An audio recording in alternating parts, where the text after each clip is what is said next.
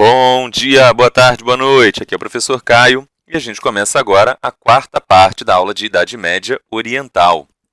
Nas últimas aulas sobre Islã, a gente falou sobre a formação do Islã, qual era o contexto social, político, econômico quando o Islã se forma ali da Península Arábica pré-islâmica. Falamos sobre a formação do Islã, falamos sobre a sucessão de Maomé e os conflitos daí decorrentes, né? As disputas entre sunitas e xiitas. Falamos sobre como essas disputas a princípio foram resolvidas em favor dos sunitas, depois como isso vai levar a guerras civis, a formação do Califado Omíada, a formação depois do Califado Abássida, com a desintegração dos Omíadas, o Califado de Córdoba lá na Península Ibérica. Analisamos um pouquinho aí os pilares da religião islâmica, o conceito de jihad para o islamismo, as obrigações que todo muçulmano deve ter no seu cotidiano, tudo mais. Agora a gente vai avançar um pouquinho mais para entender a sociedade islâmica desse primeiro momento. Tá? Só para deixar claro, o que eu vou explicar aqui se refere à sociedade islâmica medieval. Tá? Eu não estou falando do Islã nos dias de hoje, do Islã em 2020, tá? Ou em 2010, ou nos anos 2000. Eu estou falando do Islã na Idade Média, estou falando do Islã no século VIII, no século X, tá? Que era uma sociedade muito diferente. Né? Hoje a gente tende a ver o Islã como uma sociedade atrasada, presa ao passado, mas isso nem sempre foi dessa forma. O Islã ele já foi uma sociedade progressista em termos relativos e comparativos com o Ocidente, já foi tolerante em termos relativos e comparativos com o Ocidente, na mesma época. Tá? Hoje, o Ocidente acaba tomando a dianteira, a gente tem uma visão muito mais aberta da sociedade, da dinâmica social, que o Islã não conseguiu absorver, se adaptar e entender nesse novo contexto, nessa nova realidade. Avançando um pouco mais aí no estudo da sociedade e da economia islâmicas nesse contexto, nesse momento, as sociedades islâmicas nesse momento, tá? Eu estou falando de um período localizado na história humana, lá na Alta Idade Média, por volta ali do momento em que essa religião é criada, em que essa sociedade floresce e se desenvolve. Era uma sociedade que desfrutava de certa liberdade, inclusive liberdade religiosa, tá? Já que o Corão, em tese, né, no seu texto, proíbe conversões forçadas. Ninguém pode ser obrigado a se converter, a se catequizar contra a vontade. Isso difere, por exemplo, do que havia no cristianismo, né, no catolicismo. A gente teve um momento, no comecinho da Idade Moderna, em que os reis ibéricos converteram à força todos os judeus da Península Ibérica. Então, o rei de Portugal, o rei da Espanha falaram, a partir de hoje, todo mundo que está aqui dentro da Península Ibérica automaticamente é católico, queira ou não queira. E aí, se não seguir, se o católico, né, o recém-convertido à força católico, não seguir corretamente o dogma, as crenças católicas, vai se entender com a Inquisição. Então, no catolicismo, você teve momentos de conversão, de catequese forçada. No Islã, isso não existia. Tá? Em tese, era proibido catequizar alguém à força. Então, isso significava que as minorias religiosas dentro dos territórios conquistados eram toleradas. O sujeito ele era cristão dentro de território islâmico, ok, não vai ser morto por isso, não vai ser privado dos seus bens. O cara é judeu dentro de um território islâmico, ok, ele não vai ser apedrejado, nada do tipo vai acontecer. Né? Embora a imagem que a gente tenha hoje seja de que o Islã, em geral, é muito radical, é muito autoritário, é muito fundamentalista, não respeita a liberdade religiosa, tenta impor a sua crença a todos, se a gente for comparar esse momento histórico aqui, a relação, a balança se inverte, porque quem era mais autoritário, né, mais impositivo na sua religião eram os cristãos.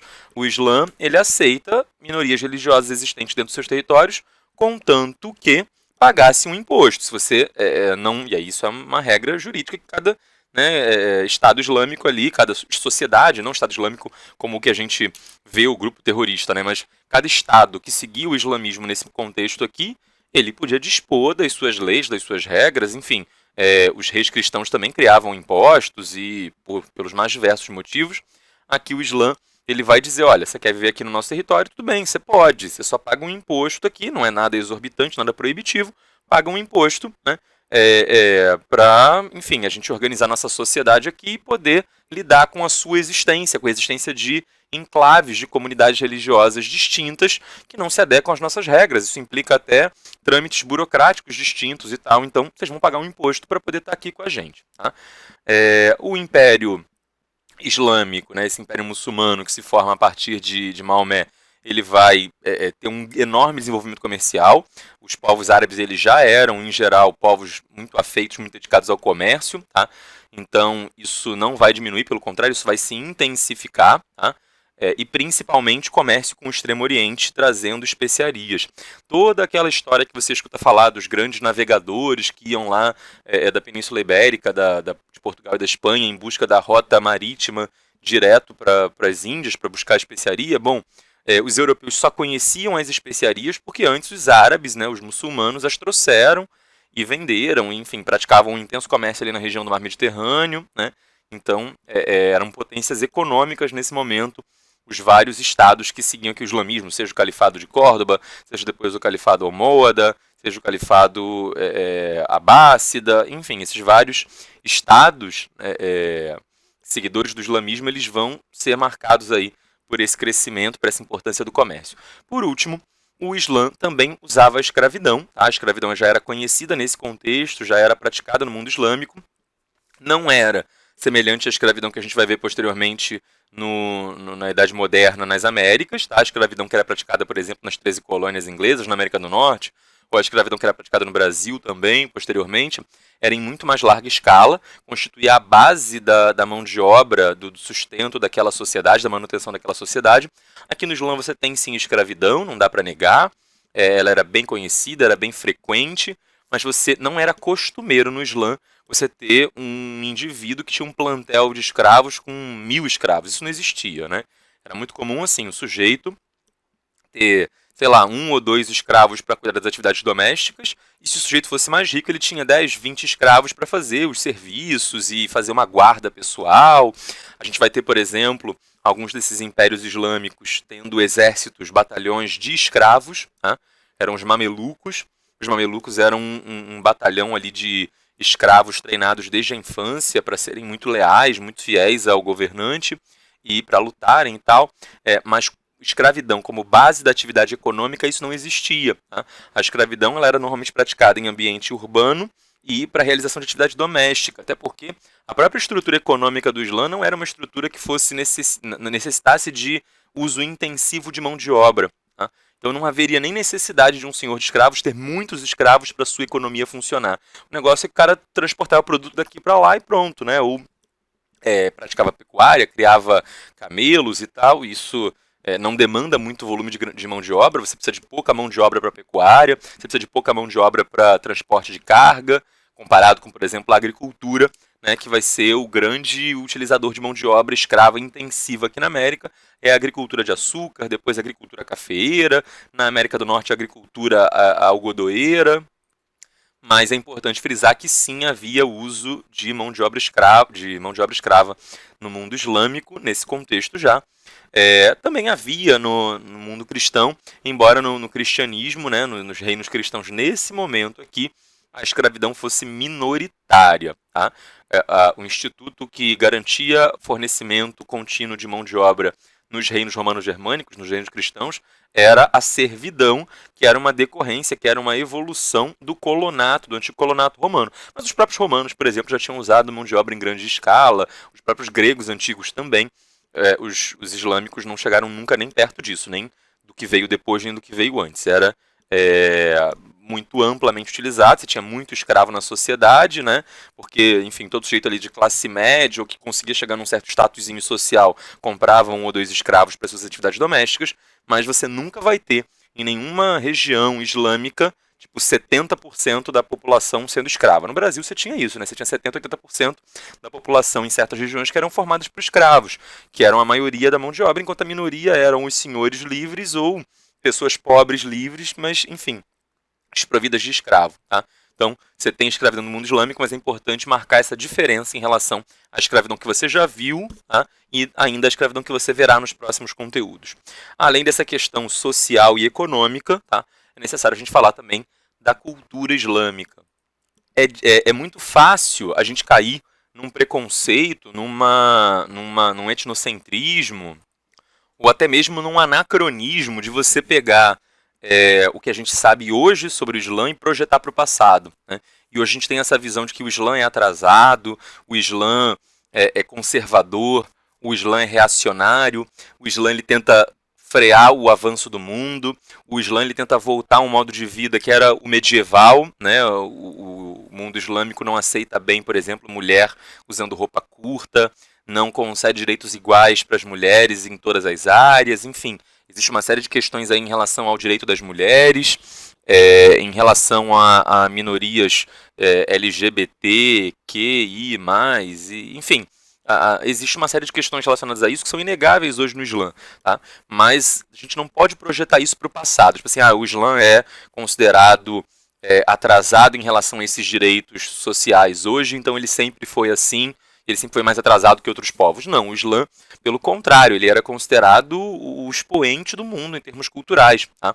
Tem muita gente, inclusive, que vai dizer que durante o Califado Abássida a gente vai viver um verdadeiro renascimento cultural islâmico. Aquele mesmo renascimento que na Europa só vai acontecer 500, 600 anos depois, o Islã já vinha fazendo. E se você lembrar um pouquinho do que você já sabe de Renascimento, de que o Renascimento vai restaurar os antigos filósofos gregos, os antigos poetas e escritores e juristas romanos, né, de que o renascimento cultural no finalzinho da Idade Média, ele vai pegar toda essa cultura clássica e renovar e trazer e valorizar e tal. O Islã estava fazendo isso durante o Califado Abássida, século VIII, já tinha um renascimento islâmico, tá? Um renascimento muçulmano, em que os califas eles estimulavam, eles financiavam, eles eram verdadeiros mecenas, eles pagavam para que sábios ficassem estudando, né? Sábios que muitas vezes sofriam perseguição ideológica no Império Bizantino, se refugiavam em território islâmico e iam levando o seu conhecimento filosófico, textos, né, exemplares de livros antigos. A gente vai ter no Islã fundação, né, no Califado Abássida, a gente vai ter fundação de bibliotecas, de livrarias. Então a gente vai ter, por exemplo, alguns califas pagando para que todos esses grandes autores do passado, esses grandes filósofos, todo esse conhecimento humano acumulado fosse traduzido para o idioma árabe, para que toda a cultura já produzida pela humanidade pudesse ser desfrutada pelos cidadãos, pelos súditos, né, do califado, e isso pudesse trazer avanços na economia, nas ciências, na astronomia, etc, etc, etc. Tá? É muito nítido a gente ver, por exemplo, o desenvolvimento da matemática. Quando você vai fazer uma equação, né, agradeça a Deus que você, quando vai, sei lá, descubra o valor de x, o professor de matemática te pede lá, né, 3x mais 2 igual a, sei lá, 10, não sei. Tá? 3x mais 2 igual a 10. Faz essa conta aí, eu tô com preguiça, nem saberia fazer, tá? Inclusive vai dar um número quebrado, né? Eu sou péssimo para fazer essas contas. Se não fosse pelo Islã, você estaria fazendo essa conta assim, ó. 3 em romanos, x mais 2 em romanos igual a 10. Olha que confuso, aqui é o x que você quer descobrir, aqui é o x que vale 10, né? Os algarismos que se usavam na matemática antes do Islã eram os algarismos romanos, que para a gente hoje é uma coisa residual. Você usa, eu uso, por exemplo, para numerar as aulas, né, as videoaulas, quando você vai no canal do YouTube em que essas aulas estão, tá lá, né, matéria tal, parte 1, parte 2, parte 3, em algarismos romanos. Eu uso, né, nesse sentido, a gente usa para contagem de séculos, para numerar os séculos, mas tirando isso, não existe uso prático na matemática moderna de algarismos romanos. Porque eles não são nem um pouco práticos na forma de representar as quantidades e permitir intercâmbio entre elas. Né? Esses numerais que eu estou usando aqui, esses algarismos que eu estou usando aqui, se você não lembra, ou se você nunca parou para prestar atenção, eles são os algarismos indo-arábicos. Tá? O que é o indo dos algarismos indo-arábicos? É porque os árabes, né, o Islã, na verdade, se estendeu até a Índia e teve intercâmbio cultural com a Índia. E os indianos, eles descobriram, eles inventaram uma forma de representar a ausência de número, a ausência de uma quantidade. Os números, eles representam quantidade. os indianos eles criaram um número para representar o vazio, a ausência de quantidades, que é o zero. Né? Nos algarismos romanos não existe zero. É muito difícil representar a ausência de um valor, de uma quantidade. Os indianos inventaram o zero. Tá? Os árabes, por sua vez, inventaram todos os outros 9 algarismos. Né? 1, 2, 3, 4, 5, 6, 7, 8, 9. Então, pela combinação desses 9 algarismos arábicos mais o algarismo zero, que é o indo, a gente tem um numeral indo-arábico. Né? 90% dos algarismos indo-arábicos são algarismos arábicos. Né? 1% é o indo. Tá? 10% na verdade é o indo. Tá? Então, percebe como a nossa matemática hoje seria capenga se a gente não tivesse o uso desses algarismos indo-arábicos. Eles eram tão mais modernos, tão mais práticos, fáceis de usar, mais inteligentes, que os cristãos copiaram essa invenção dos árabes. Tá? E isso trouxe um avanço importante para a matemática. Os árabes eles precisavam saber muito de matemática, porque eles precisavam saber muito sobre contabilidade, contar o valor da riqueza, já que eles eram um povo de comerciantes, né? E eles estimularam o desenvolvimento comercial. Eles precisavam contabilizar gastos, ganhos, enfim. Além disso, se desenvolve muito a astronomia. Falei para você que uma das obrigações do fiel islâmico é a oração. Ele tem que rezar 5 vezes por dia voltado para Meca. Como é que ele sabe onde está Meca? Ele tem que fazer observação astronômica, tem que olhar para as estrelas, para os astros e calcular onde é que está Meca. O que é norte, sul, leste, oeste, nessa geolocalização, os muçulmanos eles vão aprender a fazer isso brilhantemente. E a matemática é usada como uma ciência auxiliar da astronomia, mas não só isso. Né? Dentro do mundo islâmico a gente vai ter um desenvolvimento da literatura, da poesia, muito importante também da filosofia, com a tradução de Aristóteles e outros autores clássicos da Grécia, que vão ser traduzidos para o idioma árabe e vão ser usados por esses pensadores árabes, e também um desenvolvimento muito importante da medicina. Tá? Vai ter um slide aqui para frente que a gente vai falar de alguns desses pensadores árabes e que desenvolveram muito a medicina. Né? Tá aqui alguns exemplos da cultura árabe. Tá? Aqui você percebe essa imagem maior de todas, é um exemplo da arquitetura árabe, da arte árabe. Tá? E você percebe um tema muito comum a arte árabe, que são chamados arabescos, e eles recebem esse nome justamente porque eles são uma consequência aí do desenvolvimento que os árabes fizeram em relação a esse padrão artístico. O que são esses arabescos? É o uso de padronagens geométricas, de padronagens florais repetidas para ilustrar, para embelezar monumentos. Tá? Não sei se você sabe, se não sabe, saberá agora, o Islã ele proíbe que os artistas pintem, desenhem, representem figuras, seres vivos. Porque isso seria, na visão do Islã, o início da idolatria, do culto a imagens, tá? A falsas imagens, a falsos ídolos. Nisso aí ele se assemelha um bocado aos bizantinos, que fizeram a iconoclastia, só que o Islã ele vai um pouquinho além. Não é só que você não pode criar estatuetas de representação de seres vivos, estatuetas de santos e tal. Você não pode criar nem de animais, nada. Você não pode criar representações imagéticas de seres vivos no Islã, né? A religião islâmica proíbe. Então, como é que eles vão fazer nas suas pinturas e tal para ilustrar, para embelezar e tudo mais? Você não pode pintar ser vivo, você perdeu um grande filão artístico. Então, os árabes eles vão desenvolver esses chamados arabescos, que são esses padrões, né, repetitivos e tal, e inclusive o grande desenvolvimento da caligrafia árabe, ele é uma forma de suprir, de compensar essa necessidade artística. O ser humano ele tem uma necessidade quase que natural a produzir arte. Todo povo na humanidade, né, isso acho que é algo que nos une como espécie, tem a necessidade de produzir arte, desde as cavernas, lá das pinturas rupestres, né, não tem uma sociedade que não produza arte. Arte boa, arte ruim, arte de melhor qualidade técnica ou de pior qualidade técnica, isso já é uma outra discussão, mas toda a sociedade humana produz arte. Os árabes também, só que eles não podem produzir arte representativa de seres vivos, então eles vão investir muito ou nos padrões geométricos, né, isso tem também a ver, anda de par em par aí com a questão da matemática, porque a de geometria também vai se desenvolver profundamente no mundo árabe, tá?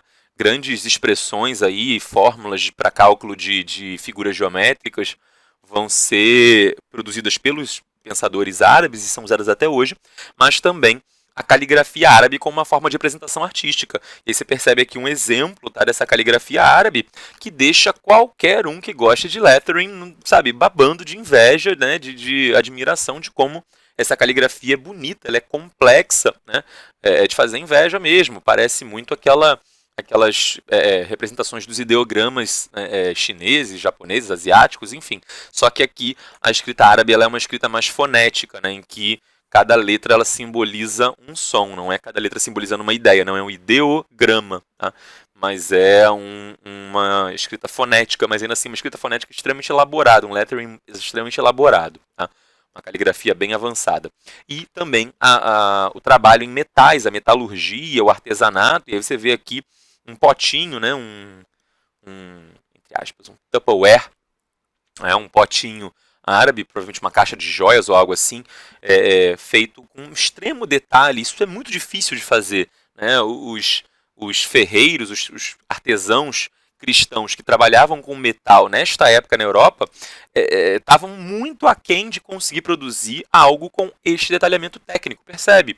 Os árabes eles eram melhores em termos artísticos nesse momento, em termos científicos, em termos de produção material mesmo, de mercadorias. Né? Percebe como o mundo árabe ele era extremamente avançado. Aí a gente que tem aqui essa visão atual preconceituosa de como nós no Ocidente conseguimos avançar, ultrapassar um pouquinho o nível técnico do mundo árabe e em termos de conquista de direitos e tal, a gente fica projetando isso para o passado, né? Como se o Ocidente sempre tivesse dado um banho no Oriente, quando na verdade nesse momento aqui é exatamente o oposto. O Oriente se colocava como o local mais avançado do mundo. O Ocidente era obscurantista, era atrasado, tá? Preso nos seus dogmas, nos seus preconceitos. Ainda sobre essa questão artística e da impossibilidade do Islã representar formas humanas, formas vivas em desenho, né, queria deixar aqui uma nota, um comentário, porque é algo que pode ser eventualmente cobrado numa questão de prova, num concurso, num vestibular, uma coisa assim. É o caso do atentado, do ataque à revista semanária, né, a revista semanal Charlie Hebdo, na França. Que caso foi esse? Aí eu não sei se vocês têm idade para lembrar do caso do Charlie Hebdo. No final de 2014, se não me engano, essa revista francesa é uma revista satírica, de humor, que se propõe a ser uma revista politicamente incorreta. Enfim, então eles fazem muitas piadas e comentários e charges do que a gente chamaria de humor negro, né? Pegando pontos delicados para certos grupos e fazendo humor em cima. Tá? A França é uma revista francesa. A França é um país que tem uma grande migração islâmica muçulmana, tem uma população muçulmana muito grande na França, isso decorrente aí do passado colonial dos franceses que colonizaram diversas regiões do mundo de população originariamente muçulmana até árabe, e, enfim, ao longo do século XX, essas populações elas começaram a exigir o direito como uma forma de reparação, de retratação do governo francês, de que, bom, vocês vieram para o nosso país aqui, exploraram nossas riquezas e conquistaram o nosso povo, agora a gente quer ter o direito de, caso os nossos cidadãos queiram, possam migrar para aí. Então, você tem constantemente ondas migratórias islâmicas para a França, momentos de conflitos no Oriente Médio que levaram a vários refugiados buscarem proteção na França. Então, existe uma comunidade islâmica muito forte na França, e isso tende a gerar um certo conflito social no país, né? Alguns grupos mais nacionalistas, mais tradicionais, que pensam que povos distintos não deveriam se misturar. Alguns grupos, inclusive, chegam a defender que estaria havendo uma islamização da França, de que a França correria o risco real de perder os seus valores tradicionais, que conquistou ao longo da Revolução Francesa, enfim, dos séculos seguintes, a questão da laicidade do Estado e tal. Tudo isso estaria ameaçado na França, porque essa grande presença, essa crescente presença da população islâmica estaria impondo um fundamentalismo religioso, uma religiosidade estranha ao que os franceses estão acostumados. Tá? Então, essa revista, ela explorou essa tensão social na França e fez uma charge, tá? Uma charge do profeta Maomé. Tá? Justamente o indivíduo mais importante para a religião islâmica, e com uma das principais interdições, proibições que a religião islâmica impõe, que é a de retratar seres humanos. O semanário Charlie Hebdo fez esse duplo ataque, né, essa dupla provocação, melhor dizendo. Não foi um ataque, foi uma provocação do jornal, da revista, fazendo uma charge de Maomé, e isso por si só já era impróprio para a religião islâmica, indesejável, mas ainda por cima a charge ela tinha ali uma conotação pejorativa, negativa para a religião islâmica e tal, para a comunidade islâmica. Então, eles se sentiram muito ofendidos, né? A população muçulmana se sentiu muito ofendida. Tá? Um grupo terrorista, e aí a gente pode entrar numa outra discussão sobre terrorismo, e é uma discussão à parte, né? Terrorismo não é uma característica exclusiva ou predominante do mundo islâmico, né? Existem terroristas de todas as cores e orientações políticas, né? Todas as cores ideológicas e orientações políticas, de esquerda, direita, de centro, disso, daquilo, enfim, todo tipo de radical. E aí terrorismo já é uma outra discussão, mas o fato concreto é que no comecinho de 2015, em janeiro de 2015, dois terroristas pertencentes a um grupo terrorista muito famoso, a Al-Qaeda, tá? A Al-Qaeda, inclusive, que foi o grupo terrorista que perpetrou os atentados lá do 11 de setembro de 2001 nos Estados Unidos, que sequestraram os aviões e jogaram contra as Torres Gêmeas nos Estados Unidos. Esse grupo terrorista organizou, por meio de dois terroristas muçulmanos que moravam já na França e que ideologicamente se alinhavam ali com o pensamento da Al-Qaeda, eles entraram para a Al-Qaeda e eram moradores da França mesmo e tal, então eles já estavam dentro da França e isso tornava mais fácil para eles fazer o ataque. Tá? Eles entraram em janeiro de 2015 com fuzis de assalto, com enfim, armas de alto poder de destruição, entraram na redação da revista, dispararam contra enfim, os jornalistas, os profissionais da revista, e imediatamente ali na hora mataram 12 pessoas e depois ainda chegaram a morrer mais algumas nos dias seguintes no hospital por complicações dos ferimentos. Então isso tudo na época gerou um grande movimento nas redes sociais, muita gente que colocava nos seus perfis de redes sociais a frase Je suis Charlie, né, eu sou Charlie, como uma forma de manifestação e apoio em relação ao Charlie Hebdo, e como uma defesa da liberdade de expressão, como uma defesa da liberdade de imprensa, dos valores ocidentais. Isso aí acabou sendo lá na época um marco para essa disputa, né, para essa tensão, esse conflito entre Ocidente e Oriente, em que uma revista francesa decidiu fazer ali uma provocação usando um aspecto religioso muito sensível desse grupo, e esse grupo respondeu com uma brutalidade, né, desmedida de tirar a vida de várias pessoas porque não gostaram e não concordaram com a produção e a publicação da tal da charge. Para você ver como essa questão da imagem, né, da reprodução de imagens de pessoas, de seres humanos, de seres vivos, é um tema sensível e delicado dentro da religião islâmica, a ponto de gente mais radical e autoritária, né, querer matar por isso. A gente vê aqui alguns pensadores islâmicos, como eu havia comentado que veríamos. O primeiro deles, Averroes, ele viveu em Al-Andalus. Tá? Eu não usei esse termo até agora, eu acho, mas Al-Andalus é o nome que os muçulmanos deram para a Península Ibérica. Tá? A Península Ibérica, que era chamada pelos romanos de Hispânia, tá?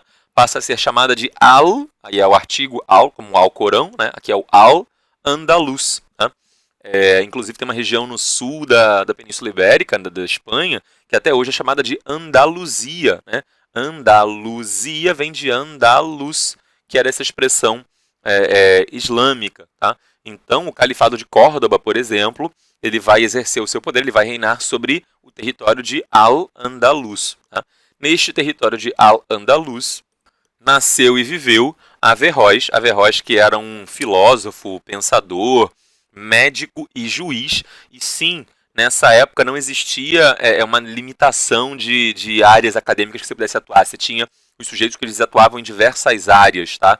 O nome disso a gente chama de polímata. Por exemplo, um grande personagem histórico que representa um polímata que é muito admirado e conhecido no Ocidente é um polímata cristão, católico, do Renascimento italiano, chamado Leonardo da Vinci. Leonardo da Vinci ele era engenheiro, ele era especialista em anatomia, ele era arquiteto, ele era pintor, ele era matemático. O Leonardo da Vinci era isso tudo, ele era um polímata. Né? Poli aqui significa vários, ele atuava em várias áreas. Isso já era muito comum no mundo islâmico, muito antes de acontecer no mundo cristão. Tá? O Averroes ele era de uma família de juízes, tá? O pai dele, o avô dele, eram grandes juízes da cidade em que ele nasceu, e ele vai exercer o cargo de juiz também, e pela sua inteligência, pela sua importância, ele ganha a proteção do califa, tá? E financiamento, ganha uma grana e tal, e com isso ele vai se dedicar muito tempo ao estudo, à tradução de obras de Aristóteles, vai fazer uma obra, né, filosófica comentando, explicando Aristóteles, é um comentário à obra de Aristóteles. Comentário aqui no sentido de uma outra obra explicando a obra de Aristóteles para os demais muçulmanos, tá? E aí tentando compatibilizar o pensamento aristotélico com o pensamento religioso islâmico, como se essas duas coisas pudessem ser compatibilizadas. É uma coisa que filósofos e pensadores cristãos vão fazer também, né? Se não me engano, o cristão que vai ter o grande mérito de fazer essa interpretação e essa adaptação do pensamento aristotélico para o cristianismo vai ser São Tomás de Aquino, mas isso vai acontecer, sei lá, 300, 400 anos depois de Averroes ter feito isso para o mundo islâmico. Tá? Além disso, e aí a gente tem num extremo do mundo islâmico, né, a Península Ibérica, lá no outro extremo, na região da Pérsia, a gente vai ter um outro polímata, que é o Avicena. Tá? Avicena é a tradução que a gente faz, né? O nome Averroes e o nome Avicena são traduções dos nomes originais deles. O Averroes ele tinha um nome muito complicado, eu não decorei. Tá?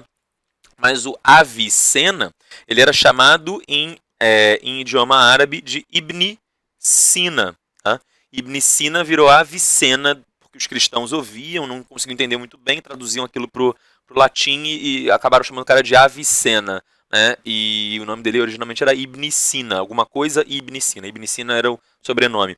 Ele também era um polímata, ele também desenvolveu uma obra relacionada à filosofia, à medicina. Nessa época não era uma coisa muito separada, né? A filosofia ela almejava ter o conhecimento de todas as coisas existentes na natureza, inclusive do funcionamento do corpo humano. Obviamente também da matemática, da astronomia, que andavam de par em par, e da teologia, além de ter feito obras poéticas, enfim, além desses tem outros. Omar Khayyam é um grande pensador islâmico também, que no Ocidente é conhecido pela sua obra literária, poética. Enfim, foram inúmeros esses pensadores que tentaram preservar a cultura da antiguidade, adaptá-la ao mundo islâmico, e isso foi um fator muito importante para que esses textos dos filósofos antigos não se perdessem, né? Porque hoje a gente não consegue nem imaginar, mas naquela época isso poderia acontecer, um texto ter sido escrito e o único lugar em que aquele texto estava escrito, o único papel, o único papiro, o único pergaminho ser queimado, ser rasgado, ser destruído, né? E aí toda aquela filosofia brilhante se perder. Então, era muito importante que esses caras traduzissem, comentassem, copiassem esses textos antigos, até como uma forma de ajudar a preservação desses textos. Isso vai ser muito importante e, posteriormente, o renascimento cristão vai ser possível porque os cristãos vão entrar em contato com os muçulmanos, e aí de formas não muito amigáveis por meio das cruzadas, mas quando os cristãos entrarem em contato com os muçulmanos, eles vão pegar, por exemplo, nas pilhagens, né, quando os cristãos venciam os muçulmanos e roubavam os bens deles, às vezes pegavam um pergaminho, um texto e tal, e esse texto era levado lá para a Europa.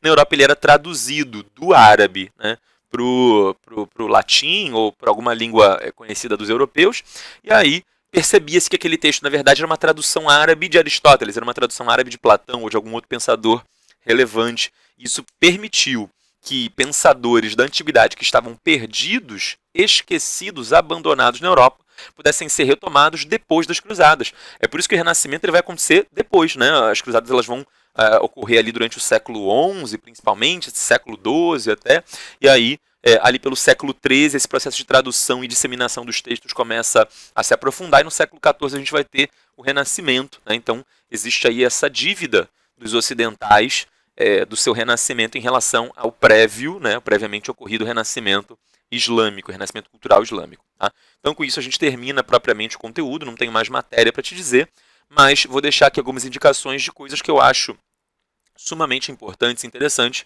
para que você conheça um pouquinho mais do mundo, da cultura e da história árabe, da história islâmica, principalmente. O primeiro livro, eu acho que todo mundo já ouviu falar, tá? O livro das Mil e Uma Noites, a história de Sherazade, que era uma moça, né, filha do vizir. O vizir era como se fosse o ministro, o auxiliar do califa. O califa havia sido traído pela sua esposa, tá?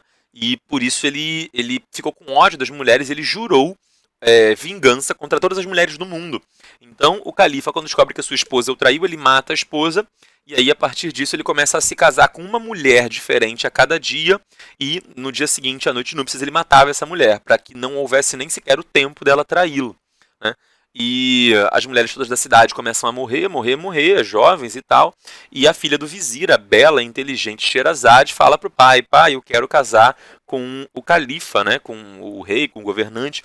E o pai fala: mas minha filha, você vai fazer isso, você vai morrer, ele vai te matar e tal. Ela: não, pensei uma estratégia aqui para conseguir burlar, enrolar o califa e sobreviver e ele não matar mais ninguém. E aí o que a Sherazade faz é a cada noite, né? Casou com o califa e tal, na primeira noite, né, tem a noite de núpcias, e aí ela fala: califa, para entretê-lo, para diverti-lo, para passar o tempo, eu vou te contar uma história. Você quer que eu te conte uma história? Eu conheço uma história aqui maravilhosa. Aí ela começa a contar a história. E aí, o ponto auge da história, o ponto assim mais interessante da história, ela era inteligente ao contar o ritmo da história, ela deixava pro ponto alto da história ser sempre quando estava amanhecendo. E aí, na hora que chegava no ponto chave, ela falava: ó, mas agora amanheceu, então, pô, califa, eu sei que você vai me matar, então, pô, foi legal te conhecer e tal, me mata aí. E o califa: pô, não vou te matar sem saber o final da história. Amanhã você me conta o final da história e depois eu te mato, pode ser? E aí, no dia seguinte, ela enrolava de novo a noite inteira e emendava já uma segunda história na primeira, e o califa ia se deixando levar, porque as histórias dela eram muito interessantes, e aí, quando chegava a metade da segunda história, amanhecia o segundo dia, e assim por diante, por 1001 noites, até que ao final dessas 1001 noites, ela termina as histórias e fala: bom, contei tudo que eu sabia, e aí, o que você vai fazer agora? Você vai me matar? Ele fala: não vou te matar não, porque eu tô apaixonado por você, você é uma mulher incrível, inteligente e tal, vamos viver juntos, felizes para sempre. Esse recurso narrativo é muito inteligente, porque colocaram uma pessoa para contar várias histórias. Essas várias histórias eram contos, né? Eram lendas já conhecidas do mundo islâmico há muito tempo por muita gente, né? Só que elas foram reunidas num livro só, que foi chamado de As Mil e Uma Noites. Neste livro tem, por exemplo, a história de Simbal Marujo, a gente tem, por exemplo, a conhecidíssima, famosa história de Aladim e o Gênio da Lâmpada. A gente tem, por exemplo, a história de Ali Babá e os 40 Ladrões. Enfim, são várias histórias muito populares, muito famosas no mundo islâmico. Algumas se tornaram conhecidas no mundo ocidental. O Aladim predominantemente, porque virou filme da Disney. E, enfim, tudo isso está no livro das Mil e Uma Noites, e você consegue ter um lampejozinho, conhecer um pouquinho da cultura e do pensamento islâmico lendo as Mil e Uma Noites. É um livro bem legal, né? Eu li acho que uma boa parte dele, não li tudo que é bem grande mesmo, mas se você puder, leia, tá? Tá facilmente encontrado aí na internet para comprar, enfim, disponível, procure.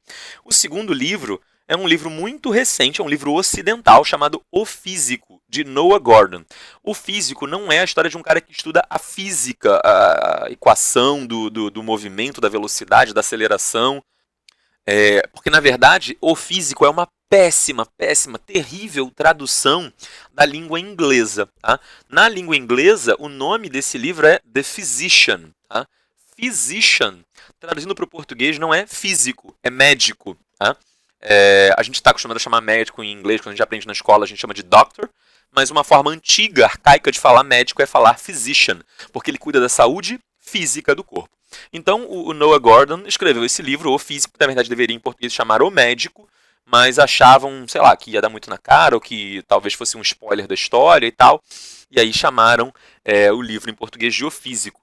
É a história de um garoto pobre, que era meio órfão, uma coisa assim, pelo que eu me lembro, faz tempo que eu li esse livro, e o garoto ele é adotado, né, por um cara que dá ensino a ele, dá moradia para ele e tal, e quando esse garoto se torna mais velho, ele decide que quer ser médico por algum motivo, e ele descobre que existia uma doença que matava muita gente, e era uma doença incurável e terrível, que afetava todo mundo na Europa, ou afetava todo mundo, mas afetava uma grande quantidade de pessoas. Eu não estou falando ainda da peste negra, eu estou falando do que eles chamavam na época de mal do lado do abdômen, né? Aparecia um mal ali que te causava uma dor e tal, e você morria depois de um tempo.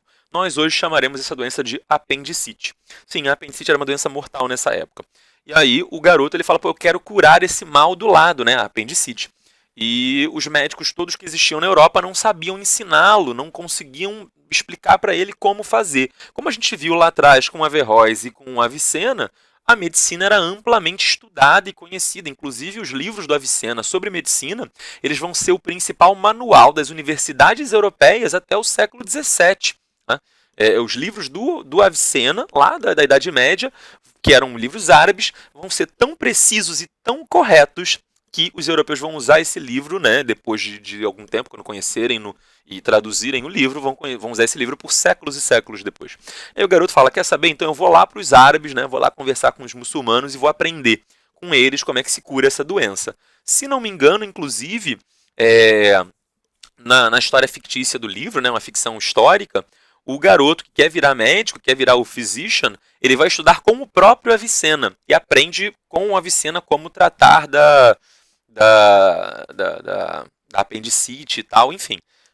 Enfim, do jeito que eu estou contando aqui, né, o cara quer aprender a curar a apendicite. Olha que chato, né? Muito entediante. Mas na verdade você vê muito de como era a cultura do Ocidente e do Oriente, esse comparativo, e como o Ocidente era o Oriente era suntuoso e o Ocidente era atrasado pra caramba e tal. Enfim, se você não tiver tempo de ler o livro, eu acho o livro fenomenal, é um excelente livro. Se você não tiver tempo de ler o livro, veja o filme que está aqui, tá? Que é muito, muito menos interessante que o livro. Mas você já tem aí um lampejo da história, se você quiser conhecer a história, saber o final dela, enfim.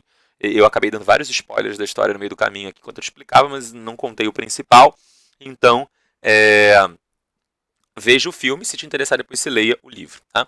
Aqui, obviamente, a gente tem o Aladdin, seja na sua versão mais recente em live action, com atores reais, o Will Smith, inclusive, que é um ator hollywoodiano muito famoso, seja a versão dos anos 90 de desenho animado, tá? Em que o gênio, né, ele era dublado pelo Robin Williams, um ator de comédia americano brilhante, muito, sabe, interessante, com uma obra maravilhosa e tal, mas que teve depressão, enfim, e acabou que não está mais entre nós, mas é uma brilhante atuação, né, se você for ver no idioma original, claro, se for ver dublado, eu sinceramente não lembro quem são os dubladores, mas também é bem bacana dublado. Eu quando vi criança, eu vi no cinema, na época da estreia, eu era criança na época da estreia do Aladdin original, eu vi dublado, tá? Além disso, para você ter um conhecimento mais acadêmico, se você se interessar pelo Islã, tá? Tem o livro do Albert Hourani. Tá? Albert Hourani é um historiador que escreveu esse livro aqui, Uma História dos Povos Árabes, tá? E esse livro ele é bem acessível hoje, ele está publicado no Brasil pela Companhia de Bolso, que publica versões baratas de livros antigos e muito conhecidos e muito famosos. Esse livro não é nem tão antigo, ele deve ter uns 30 anos, não é um livro de 200 anos atrás. Né? É um livro relativamente novo em termos de literatura. A literatura tem um outro ritmo, né, de tempo e de história. Esse livro aqui, esse autor, ele, se não me engano, morreu nos anos 2000, então esse livro deve ser de, sei lá, dos anos 90, 80, tá?